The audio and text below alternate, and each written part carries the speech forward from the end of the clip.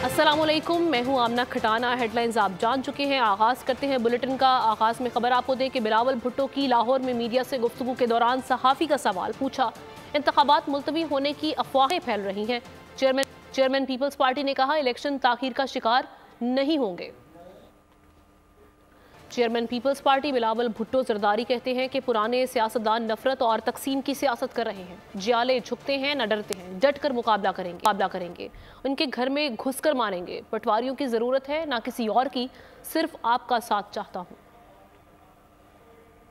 Peoples party के जियाले ना झुकते हैं, ना घबराते हैं, ना बिकते हैं, ना पीछे हटते हैं। हम अब डट के मुकाबला करेंगे, इनके घर में घुस के उनको मारेंगे। हमें ना पटवारियों का जरूरत है, ना किसी और का जरूरत है। मैं सिर्फ और सिर्फ आपका साथ चाहता हूं। ये जो शहर लाहौर है, ये ना किसी कारोबारी शख्स का लाहौर है, ना ये किसी खिलाड़ी का लाहौर है, ये शहीद जुल्फिकार अली भुट्टो का लाहौर। मुफ्त सेहत के इलाज, जैसे हमने सिंध के हर डिस्ट्रिक्ट में जो भी तमाम महंगे के महंगे तरीन बीमारियां हैं, उनका मुफ्त इलाज के इदारे खड़े किए हैं। सुबह के हर डिस्ट्रिक्ट में इसी किस्म का मुफ्त इलाज का इदारा बनाएंगे, ताकि जब यहाँ के बड़े बड़े लोग बीमार हो जाते हैं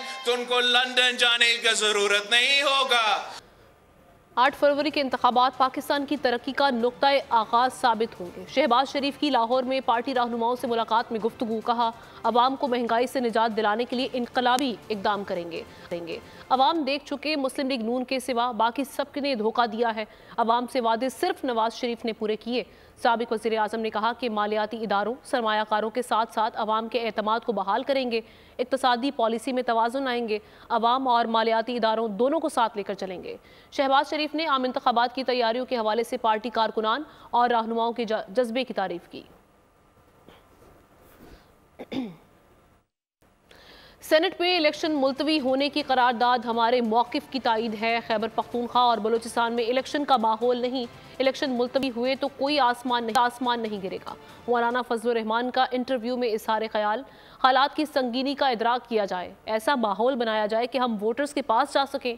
हमारे उम्मीदवारों को धमकियां दी जा रही हैं, हम इलेक्शन से भागने वाले नहीं। इंतखाबात का इनेकाद इलेक्शन कमीशन के ऐलान करदा शेड्यूल के मुताबिक होना चाहिए। किसी गैर दस्तूरी इकदाम को कबूल नहीं करेंगे। सिराजुल हक की दौरा कतर में वफूद से गुफ्तगू। अमीर जमात इस्लामी का पाकिस्तानी कम्यूनिटी से खिताब। कहा ओवरसीज़ पाकिस्तानियों को वोट के हक से महरूम रखना इंतहाई अफसोसनाक है। बैरून मुल्क पाकिस्तानियों के लिए पार्लियामेंट में नशिस्तें मुख्तस की जाएँ। पीपी की मस्बत सियासत से एमक्यूएम को नुकसान पहुंचा। पीपल्स पार्टी ने सिंध के अवाम की बिला तफरीक खिदमत की। नासिर हुसैन शाह की सखर में बोल न्यूज़ से गुफ्तगू। कहा कराची से धौंस, धांधली, बोरीबंद लाशों की सियासत को ख़त्म किया। एमक्यूएम आज कहीं नज़र नहीं आ रही। पहली मरतबा सिंध में क्लीन स्वीप कर रहे हैं। पाकिस्तान पीपल्स पार्टी ने अपनी मुस्बत सियासत, बेहतर जो उन्होंने खिदमत की है, उससे एमक्यूएम को ज़रूर नुकसान पहुंचाया है। इसी वजह है कि आज कराची का मेयर भी जियाला है, हैदराबाद, मीरपुर ख़ास, जितनी कॉरपोरेशंस हैं सिंध में सब मेयर जियाले हैं। जितनी डिस्ट्रिक्ट काउंसिल्स हैं सूबे में, उनके मेयर जो हैं जियाले हैं। देखिए, हमें तो एमक्यूएम कहीं नज़र नहीं आ रही वहाँ पे इसीलिए हम आपको कह रहे हैं कि हम इस दफ़ा सिंध में स्वीप कर रहे हैं, ना सिर्फ दही बल्कि शहरी इलाकों में भी। तो हम तो वहाँ की 22 नशिस्तें हैं, 15 से ज़्यादा पे तो हम बहुत कंफर्टेबल हैं और बाकियों की कोशिश करेंगे। पाकिस्तान मुस्लिम लीग नून की टिकटों की तकसीम का मामला। लाहौर से इब्तदाई फहरिस्त तैयार कर ली गई। लाहौर में सीट एडजस्टमेंट न करने का फैसला। मरियम नवाज का NA 120 से इंतखाब लड़ने का मुमकिन फैसला। NA 118 से हमजा शहबाज और NA 119 से अली परवेज़ मलिक उम्मीदवार होंगे। आपको इस हवाले से आगाह करें कि नून लीग के उम्मीदवारों की लाहौर से इब्तदाई फहरिस्त तैयार हो चुकी है। पाकिस्तान मुस्लिम लीग नून की टिकटों की तकसीम का ये मामला है और इब्तदाई फहरिस्त इस सिलसिले में मुस्लिम लीग नून ने तैयार कर ली है। लाहौर में सीट एडजस्टमेंट न करने का फैसला कर लिया गया है। मरियम नवाज का NA 120 से इंतखाब लड़ने का मुमकिन फैसला भी सामने आया।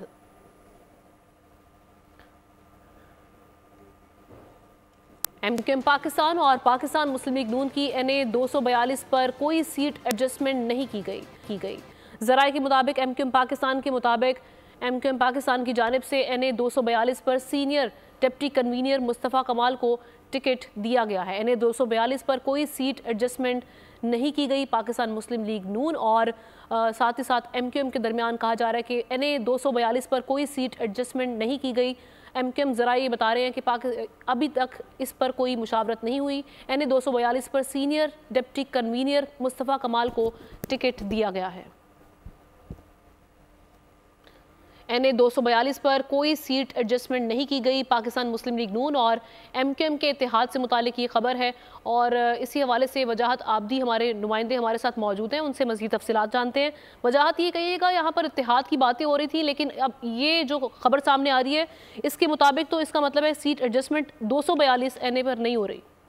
देखिए, मैं आपको बता सकता हूँ गुज़िश्ता कई रोज से पाकिस्तान मुस्लिम लीग नून और मुत्तहिदा कौम पाकिस्तान के दरमियान सीट एडजस्टमेंट के हवाले से मुलाकातें जारी थी, जिसके ऊपर नून लीग की जानिब से कराची की रिवायती सीटें मांगी गई थी, जिसके ऊपर मुत्तहिदा कौम पाकिस्तान की जानिब से वाज़े तौर पर मौक़िफ़ इख्तियार किया गया। 3 महीने कबल एमक्यूएम ने 5 नशिस्तों के ऊपर कैंडिडेट का ऐलान कर दिया था, जिसमें से NA 242 भी शामिल है, जिसमें senior deputy convener MQM Mustafa कमाल को अनाउंस किया गया था, जिसके बाद एमक्यूएम की जानिब से वाज़े तौर पर यह मौक़िफ़ अपनाया गया कि NA 242 के ऊपर किसी किस्म की सीट एडजस्टमेंट नहीं की जाएगी, जबकि एक किमाड़ी की और जबकि मलीर की 2 नशिस्तों के ऊपर बात की जा सकती है। जी ठीक है, बाकी जो सीट्स हैं उन पर बात की जा सकती है, मुशावरत हो सकती है। वजाहत शुक्रिया आपका।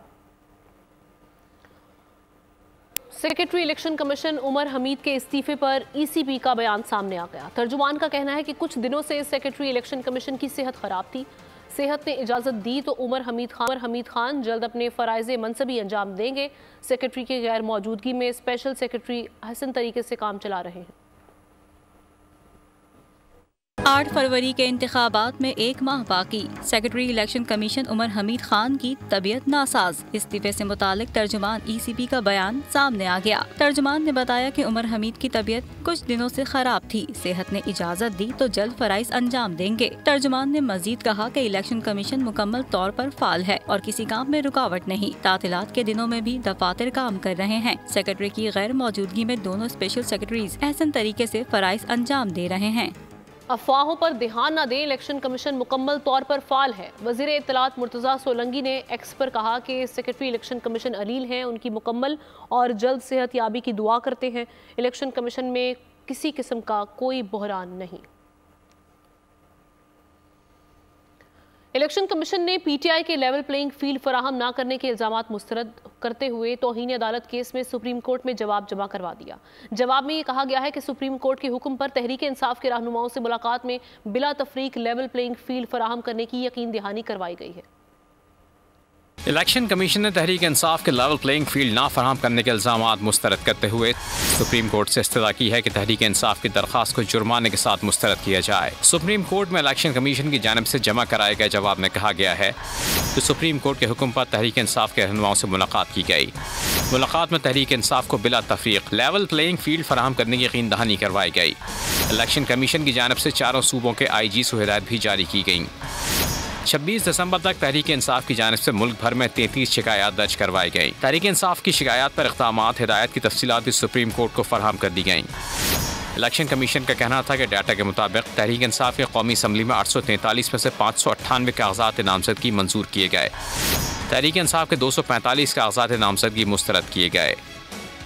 बानी PTI के NA नवासी मियांवाली से कागजात नामजदगी मुस्तरद किए जाने के खिलाफ अपील पर इलेक्शन ट्रिब्यूनल ने फैसला महफूज कर लिया।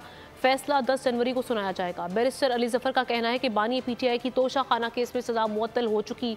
RO नाअहली का फैसला नहीं कर सकते, नाअहली का फैसला सिर्फ अदालत कर सकती है।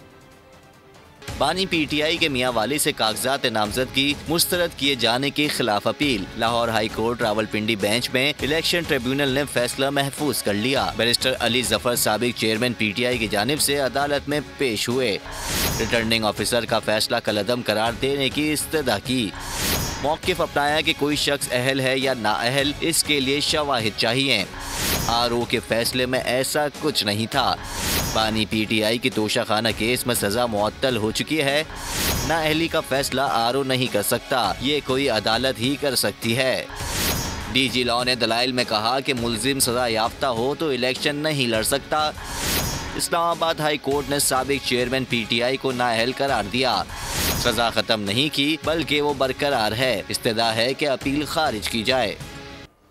आम इंतखाबात 2024 के लिए शाह महमूद कुरैशी को 4 हलकों से इलेक्शन लड़ने के लिए नाअहल करार दे दिया गया। हमाद अजहर और सनम जावेद के कागजात मुस्तरद किए जाने के खिलाफ अपील भी खारिज हो गई। इलेक्शन ट्रिब्यूनल ने अली मोहम्मद खान के कागजात दुरुस्त करार दे दिए। तफसीलात इस रिपोर्ट में देखिए। इलेक्शन की tension, election tribunal in action, कागजात नामजदगी मुस्तरद होने के खिलाफ अपीलें खारिज और मंजूर होने का सिलसिला जारी। इलेक्शन ट्रिब्यूनल मुल्तान ने तहरीक इंसाफ के वाइस चेयरमैन को इंतखाबात के लिए नाअहल करार दे दिया। जस्टिस सरफराज डोगर ने शाह महमूद कुरैशी के PP 219 से कागजात नामजदगी मुस्तरद करने के RO के फैसले को दुरुस्त करार दिया, जबकि इलेक्शन ट्रिब्यूनल ने जैन कुरैशी और मेहरबानो कुरैशी को NA 150, NA 151 और PP 218 से इलेक्शन लड़ने के लिए अहल करार दे दिया। इलेक्शन ट्रिब्यूनल ने PTI रहनुमा हम्माद अजहर के हल्का NA 129 से कागजात मुस्तरद होने के खिलाफ अपील खारिज की, जबकि PP 171 से हम्माद अजहर और उनके वालिद मियां अजहर के कागजात नामजदगी मंजूर करते हुए RO का फैसला कल अदम करार दे दिया। इलेक्शन ट्रिब्यूनल पेशावर ने साबिक वफाकी वजीर मुमलिकत अली मोहम्मद खान के कागजात मुस्तरद होने के खिलाफ अपील मंजूर कर ली। जस्टिस वकार अहमद ने अली मोहम्मद खान के खिलाफ अपील पर समाअत की। इलेक्शन ट्रिब्यूनल ने रहनुमा PTI के कागजात दुरुस्त करार दे दिए। अपीलेट ट्रिब्यूनल ने लाहौर के हल्के NA 119, 120 और PP 150 से सनम जावेद के कागजात मुस्तरद करने के खिलाफ भी अपील खारिज कर दी। ट्रिब्यूनल की जानिब से कागजात नामजदगी मुस्तरद करने का RO का फैसला बरकरार रखा गया। सेनेट ऑफ पाकिस्तान के कुल 100 में से 14 अरकान सेनेट में मौजूद थे। उनमें से 12 अरकान की तरफ से दहशतगर्दी और सर्दी के बायस 8 फरवरी के आम इंतखाबात मुलतवी करने की करारदाद। माजी में आम इंतखाबात और बल्दियाती इंतखाबात 4 मरतबा फरवरी में हो चुके हैं। माजी में कब कौन कौन से इंतखाबात फरवरी में सख्त सर्दी में होते रहे? इस्लामाबाद से रिपोर्ट कर रहे हैं डिप्टी ब्यूरो चीफ बोल न्यूज़ इस्लामाबाद अली शेर। आम इंतखाबात 2024 की तैयारियां। इलेक्शन कमीशन ने वोट कास्ट करने के लिए पोलिंग स्टेशनों की फहरिस्त जारी कर दी। तर्जुमान इलेक्शन कमीशन के मुताबिक मुल्क भर में रिटर्निंग अफसरान ने इंतखाबी हलकों के हिसाब से इब्तदाई पोलिंग स्टेशन की लिस्टें शाये की हैं। 11 जनवरी तक डिस्ट्रिक्ट रिटर्निंग अफसरान के पास एतराज़ात जमा कराए जा सकते हैं। 12 से 17 जनवरी के दौरान DROs एतराज़ात और तजावीज़ पर फैसले देंगे। इब्तदाई फहरिस्तों पर दायर एतराज़ात पर फैसलों के बाद पोलिंग स्टेशंस की हतमी फहरिस्त आम इंतखाबात से 15 रोज कबल आवेजा कर दी जाएगी। मुल्क भर में इंतखाबात का दंगल 8 फरवरी को सजेगा। सानिहा 9 मई में मुलव्वस शरपसंद अनासिर के सोशल मीडिया पर जारी प्रोपेगेंडे की असल हकीकत मंजर-ए-आम पर आ गई। मखसूस सियासी जमात के एक नकाब पोश तकरीबकार ने कई गाड़ियों की तोड़ फोड़ की, लेकिन सियासी जमात से जुड़े अकाउंट्स ने इसका झूठा इल्जाम रियासती इदारों पर आयद कर दिया।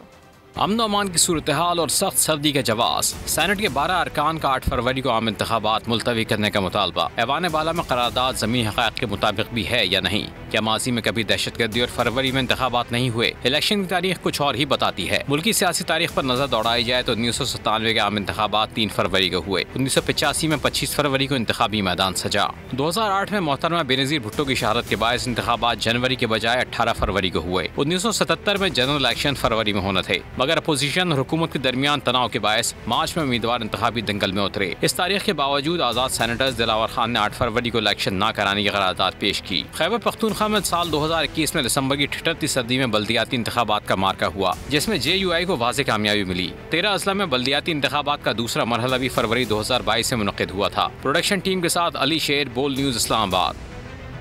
सरबराह JUI मौलाना फजलुर रहमान दौरा अफगानिस्तान पर काबुल पहुंच गए हैं। दौरे के दौरान पाक अफगान ताल्लुकात पर तबादला ख्याल करेंगे। इस रिपोर्ट में मज़ीद तफसीलात देखिए।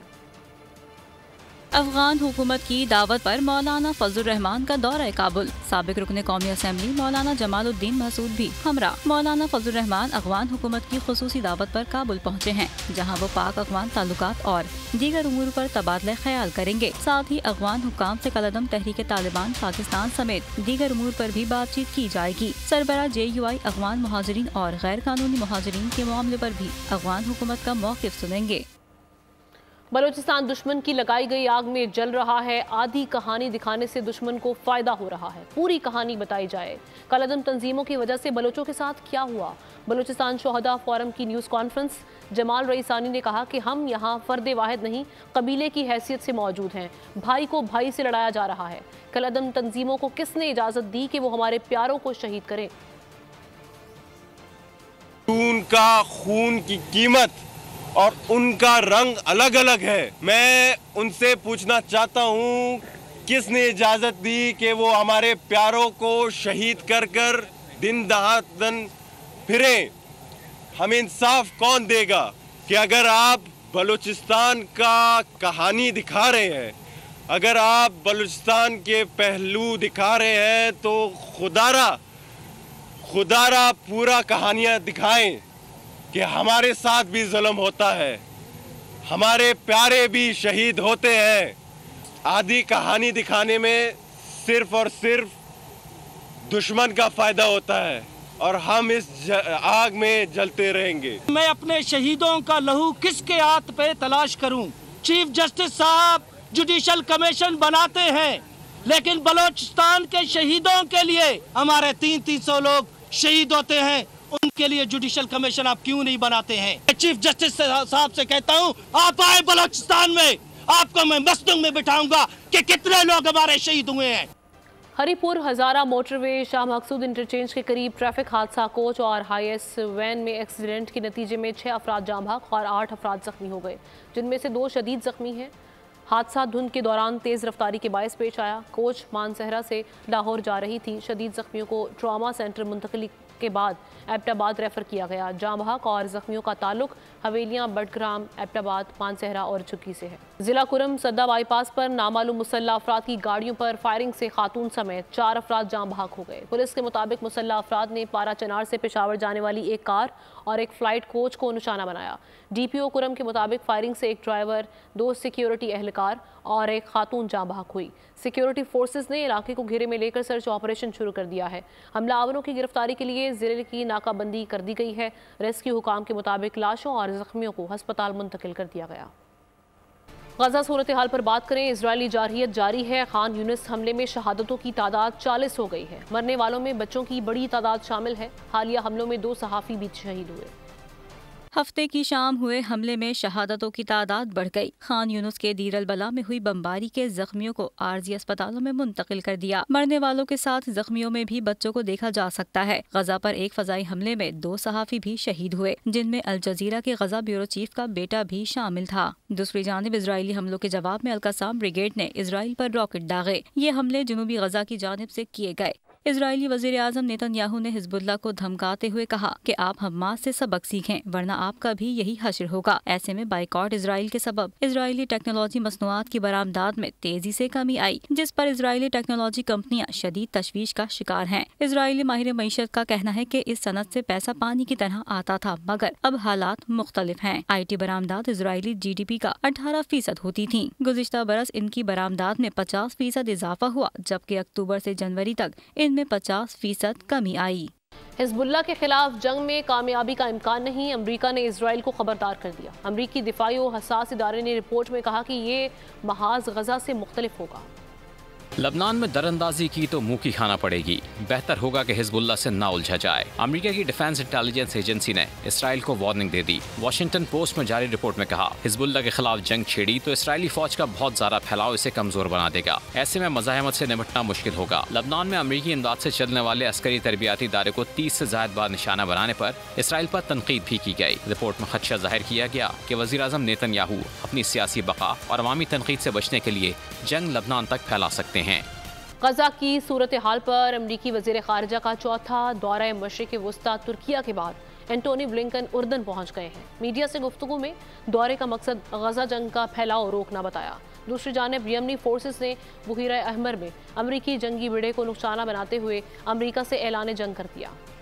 गजा की कशीदा सूरत हाल और इसराइली हठधर्मी एंटोनी ब्लिंकन को फिर मशरिक़ वस्ता खींच लाई। अमरीकी वज़ीर ख़ारजा ने तुर्की में सदर एर्दोआन से मुलाकात की, जिसमें गजा की सूरत हाल पर तबादला ख्याल हुआ। तुर्क सदर ने गजा में फौरी जंगबंदी पर जोर दिया, कहा बढ़ती जंग को रोकने का यही वाहिद रास्ता है। उर्दन आमद पर हुक्काम ने अमरीकी वज़ीर ख़ारजा का इस्तक़बाल किया। दौरे पर रवानगी से कबल ब्लिंकन ने कहा कि वो न सिर्फ जंग को महदूद रखना चाहते हैं, बल्कि गजा में इमदाद की फरहमी भी इनका मकसद है। दूसरी जानब अमरीकी ड्रोन हमले के जवाब में यमनी फोर्सेज ने अमरीकी जंगी जहाज को निशाना बनाया। न्यूज़ ब्रीफिंग में तर्जुमान ने कार्रवाई ड्रोन हमले का रद्देअमल करार देते हुए कहा, अमरीका से हालत जंग में है। एक जानिब इजरायली मजालिम, दूसरी जानिब हमास की ज़बरदस्त मज़ाहमत। इजरायली हमले में 2 अहम कमांडर्स ने जामे शहादत नोश किया, जबकि अल-क़िसाम ब्रिगेड की जवाबी कार्रवाई में इजरायली फ़ौज का अफसर मारा गया। उधर इजरायली हुकाम ने इम्कान जाहिर किया है कि जंग 2024 के बाद भी जारी रह सकती है। मगरबी असले और अमरीकी गोला बारूद से लैस इसराइल। दूसरी जानिब अज़्मो हिम्मत की मिसाल अल-क़स्साम ब्रिगेड। इसराइल ने शुमाली गजा में 8000 जंगजू शहीद करने का दावा किया। इसराइली हमलों में हमास कमांडर इस्माइल सिराज और अहद वहबी शहीद हो गए। दूसरी जानिब अल-क़स्साम ब्रिगेड की जवाबी कार्रवाई में इसराइली फौज का लेफ्टिनेंट कर्नल रोई योचाई यूसुफ मारा गया। इस तरह हमास के हाथों मारे जाने वाले फौजियों की तादाद 510 हो गई। हिज़्बुल्लाह की जानिब से भी इसराइल में हमले जारी हैं। लेबनानी तंजीम ने सेहूनी तंसीबात पर 62 रॉकेट फायर किए। ऐसे में अमरीकी वजीर खारजा भी मशरिक़ वस्ता में सरगर्म हैं। एंटोनी ब्लिंकन तुर्क हम मनसब से मुलाकात के बाद उर्दन पहुँच गए। मीडिया से गुफ्तगू में कहा, हिज़्बुल्लाह इसराइल से जंग में दिलचस्पी नहीं रखता, ताहम उसे अपने दिफा का हक हासिल है। एक जानिब बारूद की बू, दूसरी जानिब हिना की खुशबू। गजा में फलस्तीनी जोड़ा शादी के बंधन में बंध गया। तकरीब एक रफा के स्कूल में मुनाकिद हुई। जुनूबी गजा में फलस्तीनी खानदान ने चंद लम्हे मुसर्रत के गुजारे। रफा का वो स्कूल जो पनाह गुज़ीन कैंप बना है, चंद लम्हों के लिए शादी हॉल बना। मोहम्मद और यास्मीन उम्र भर के बंधन में बन गए। अजीजों के पास देने को कुछ न था तो ब्लैक बोर्ड पर तहनीती पैगामात लिख डाले। जबर के खिलाफ डट जाना, बदतरीन हालात में सब्र और शुक्र। गजा के सितम रसीदा अवाम तरवीज दीन का सबब बने। 30 ऑस्ट्रेलवी खवातीन दायरा इस्लाम में दाखिल हो चुकी हैं। अलब्रन की मस्जिद में तारीख रकम हुई। 30 ऑस्ट्रेलवी खवातीन ने अल्लाह की वहदानियत की गवाही दी, फिर खत्म नबूवत का इकरार किया। नौ मुस्लिम खातून ने कहा, अहले गजा के अज़्म इस्तकामत ने इन्हें मुसलमान होने की तहरीक दी। मैं बहुत खुशी महसूस कर रही हूँ। मुसलमान होकर मुझे बहुत सुकून मिला। गजा की सूरत हाल देखकर मैंने इस्लाम कबूल किया। अब मैं अल्लाह के करीब होना चाहती हूँ। एक और खातून गजा के हालात पर दिल गिरफ्तार नजर आईं। एक अल्लाह के तसव्वुर ने मुझे खासा मुतासिर किया। फलस्तीनियों के मसाइब पर मैं रोज रोती हूँ। तमाम खवातीन इस नुक्ते पर मुत्तफिक नजर आईं कि गजा के हालात में फलस्तीनी अल्लाह पर जिस तवक्कल का इजहार कर रहे हैं, इसने इन्हें दीन इस्लाम की तालीमात की जानिब राग़िब किया और वो मुशर्रफ व इस्लाम हुई। पाक बहरिया ने बहिरा अरब में मैरीटाइम सिक्योरिटी के हालिया वाक़यात के बाद अपने बहरी जंगी जहाज़ों को तैनात कर दिया। तर्जुमान पाक बहरिया के मुताबिक जहाज बहिरा अरब में पाकिस्तान के तिजारती रास्तों की हिफाजत को यकीनी बनाने के लिए मुसलसल पेट्रोलिंग कर रहे हैं। पाक बहरिया आबी हदूद की निगहबान, मुल्की समंदरी हदूद की दिफा और बैनुल-अक़वामी तिजारती रास्तों की हिफाजत के लिए सरगर्म। तर्जुमान पाक बहरिया के मुताबिक बहरा अरब में बहरी जंगी जहाज़ों को तैनात किया गया है। ये इक़दाम मैरी टाइम सिक्योरिटी के हालिया वाक़यात के बायस उठाया गया। पाकिस्तान के तिजारती रास्तों की हिफाजत को यकीनी बनाने के लिए मुसलसल पेट्रोलिंग जारी है। पेट्रोलिंग का मकसद पाकिस्तान और बैनुल-अक़वामी तिजारती बहरी जहाज़ों की हिफाजत को यकीनी बनाना है। तर्जुमान के मुताबिक पाक बहरिया खित्ते में बहरी अमन बरकरार रखने के हवाले से अपनी कौमी जिम्मेदारी से बखूबी आगाह है। मोदी सरकार की दुनिया की आंखों में धूल झोंकने की कोशिश नाकाम। भारतीय बहरिया का कज़ाकों से जहाज छुड़ाने का झूठा दावा बेनकाब हो गया। अपने मगरबी आकाओं को खुश करने के लिए भारतीय बहरिया गुलामी में तलवे चाटने की तमाम हदें पार कर गई।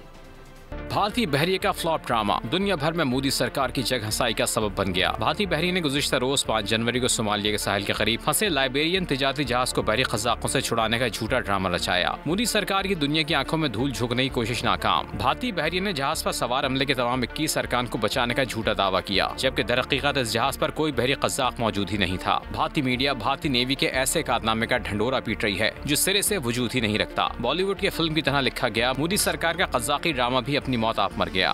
ऑनलाइन काम करने वालों के लिए लेन देन आसान। पेपॉल पाकिस्तान में ऑपरेशंस का आगाज कर रहा है, जिसका ऐलान निगरान वजीर बराए IT टेलीकॉम ने किया। डॉक्टर उमर सैफ के मुताबिक पेपॉल पाकिस्तान में एक पेमेंट गेटवे के साथ मिलकर ऑपरेशन करेगा। इस इक़दाम से फ्रीलांस काम करने वाले 1.5 मिलियन अफराद मुस्तफ़ीद होंगे, जबकि IT एक्सपोर्ट्स को भी फ़ायदा पहुँचेगा। कोयटा समेत बलोचिस्तान में सर्दी में इजाफा हो गया है। गैस प्रेशर में कमी, घरेलू सार्फिन की परेशानी बढ़ गई। इस बारे में मजीद जानते हैं कोयटा से हमारी नुमाइंदा सिद्रा आरिफ से। इस टाइम मैं मौजूद हूँ एक होटल में जहाँ पे आप देख सकते हैं कि बहुत ज़्यादा रश लगा हुआ है, क्योंकि कोयटा में जैसे कोयटा समेत बलूचिस्तान में जैसे सर्दी का आगाज़ होता है तो गैस प्रेशर में भी कमी कोयटा के लोगों को, और जैसे ही सर्दी में इजाफा होगा वैसे ही यहाँ पे ना सिर्फ गैस की प्रेशर में कमी आएगी बल्कि लोड शेडिंग में भी इजाफा होगा। कई इलाकों में तो घंटों बगैर एलानिया जो है वो लोड शेडिंग का सिलसिला जारी है, जिसको सबसे ज़्यादा मुश्किलात जो है वो घरेलू सारिफिन को बर्दाश्त करनी पड़ रही है। तो यहाँ पे मेरे साथ एक शहरी मौजूद है। फर्स्ट ऑफ ऑल जब हम सुबह उठे हैं तो गैस का जो ना लोड शेडिंग थी, गैस आ नहीं थी रही, इसलिए हम बाहर आए हैं नाश्ता लेने के लिए, क्योंकि घर में जब गैस नहीं होगी लेडीज़ कुछ पकाएंगी नहीं, कुछ हम खा नहीं सकेंगे, इसलिए हमें बाहर होटल्स का जो ना रास्ता जो वो अपनाना पड़ता है। बेशतर इलाकों में जैसे करानी रोड है, मकान की रोड है, कांसी रोड पे है जो है वो 3-3, 4-4 घंटे जो है वो गैस लोड शेडिंग का सिलसिला जारी है, और गैस पे प्रेशर का जो सिलसिला है वो जैसे ही सर्दियों का आगाज़ हुआ है उससे ही गैस प्रेशर में इजाफा होता जा रहा है। जी, मुल्क में महंगाई का तूफान शिद्दत पकड़ने लगा। सस्ते बाजार भी सिर्फ नाम के सस्ते रह गए हैं। सब्जियों की कीमतें आसमान पर, मुर्गी भी पहुंच से दूर हो गई। कराची में कीमत 700, लाहौर में 600 रुपए फ़ी किलो तक जा पहुंची। अवाम ने अशिया ज़रूरिया की कीमतों में कमी का मुतालबा कर दिया। मुल्क में महंगाई का फैलता जाल, आटा सब्जी हो या दाल, महंगा हुआ हर माल। मुल्क में महंगाई का राज बरकरार है। इस्लामाबाद में सस्ते बाजार भी आवाम की पहुंच से दूर हो गए। प्याज 200, टमाटर 155, लहसुन और अदरक 500 रुपए फ़ी किलो फरोख्त होने लगे। शहरी कहते हैं सस्ता बाजार भी अब नाम का सस्ता है। कोई फर्क नहीं है। इधर कोई अतवार बाजार के करवाए से नाम का बाजार है, इतना कोई फर्क नहीं, 1-2 रुपए का फर्क है। कराची में मुर्गी आवाम की दस्तरस से बाहर हो गई। गोश्त 650 से 700 रुपए फ़ी किलो दस्तयाब है। दुकानदारों ने सप्लाई में कमी को महंगाई का जिम्मेदार करार दे दिया। बिल्कुल, बहुत ज़्यादा प्राइस बढ़ गई है। लास्ट टाइम 10 दिन पहले जो है वो 500 के करीब था रेट, अब 10 दिन बाद जो है वो 660 का रेट है। तो ये मेरे ख्याल में हर एक के लिए अफोर्डेबल नहीं है।